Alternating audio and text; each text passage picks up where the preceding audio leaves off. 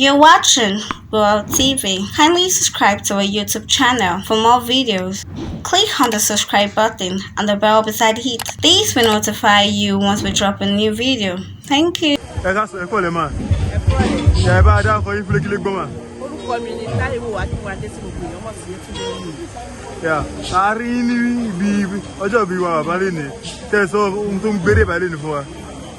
Yemi might have had to go. I did it by Yemi.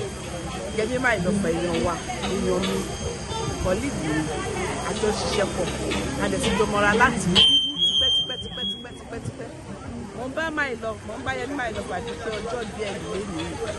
Uncle showed you to the machine, like Baron, for the Shashi. Go back, the Baba Shayo, your job lady. Tawa Badu Penny by Yemi, la Badu Pellet, like Baron. Ilé oníkálùkù wa máa rojú ọ̀nà wa máa ráyè ìjà mú kéré tó kò ní wọlé pẹ̀lú ọkọ̀ wa. So kílẹ̀ kan lè sọ fún wa níwọ̀n gba ìgbà tí ẹ fi jọ ti iṣẹ́ bọ̀ kílẹ̀ lè sọ fún wa nípa ìwà wọn wà. Yẹ́nì máa lọ fà á mi ò rí wà kan tó burú lára ẹ̀ ó jẹ́ ọ̀kan tó òkè bínú mi rí tó ti bínú rí ó máa ń kọ́ ọmọdé máa rọ́dẹ̀ máa ń kágbà mọ́ra yẹ̀yẹ́ ẹ̀ náà ló máa ń ṣe ní ìtẹ̀ ìlú tó ti báyọ̀ jà rẹ̀. Yẹ́nì máa lọ fà jí ọ̀kan tó ní àpọ́nlé lára tó dẹ̀ níwá rẹ̀ ó kọ́ ọmọdé ló ń pàgbà ní bó ṣe wà ní. Bá ti mọ́rántì ìṣòro kí ṣe kéré ní ọdún kéde àti ìṣòro àti pé ṣiṣẹ́ pọ̀ ní ajájájá ó ti pè mí síṣẹ́ ní ajájájá ó dẹ̀ ní bó ṣe fún wọn mi lé nígbà tí mo wá ń bá ṣiṣẹ́. Ó dáa tó wá ní wishes sí fún wọn ní èní ìwà rẹ̀ wishes sí fún wọn lé ní wishes. Mo bá dúpẹ́ pé ó máa ṣọ̀pọ̀lọpọ̀ ọdún láyé ó máa ṣe ọ̀pọ̀lọpọ̀ ọdún fọ́jọ́ ilé ìṣàṣemọ̀ ọdún tó kọ̀ kò ní ṣe ní ìnira lágbára Ọlọ́run happy birthday to you. Okay, ṣé àwọn fans ní wá ní kọ́mọ̀ ẹ̀tí látọ̀dọ̀ yín báyìí?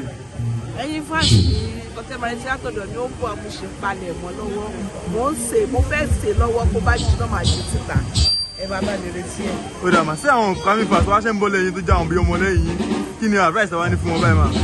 Ìmọ̀ràn tí mo ní sí wọn ni pé kọ́ máa ṣe wà rẹ̀ yẹ kọ́ máa gbéraga sára aṣíwájú ká náà lè bá dára aṣíwájú kọ́ ọmọ tó ń bọ̀ lẹ́yìn wọn náà lè pọ́n wọn náà lè ìmọ̀ràn mi sí wọn nìyẹn. Ó dẹ̀ kí àwọn fans sílẹ̀ kọ́ sí wẹ̀. Mo kẹ́yàn lólùfẹ́ mi lọ́mọdé lágbà lọ́kùnrin àti lóbìnrin pé fẹ́ tẹ̀lé sí ìlú bẹ́ẹ̀ ṣe nífẹ̀ẹ́ mi Ọlọ́run lè gbàlẹ́ abá mi nífẹ̀ẹ́ yìí náà bẹ́ẹ̀ ẹ ṣe ìgbọ̀n mo dúpẹ́ thank you very much.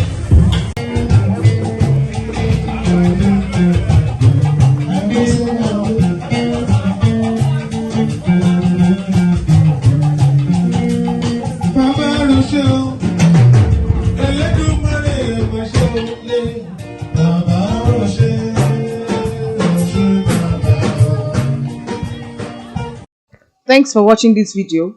Please don't forget to click on the subscribe button. Kindly comment and share. We drop new videos daily. Thank you.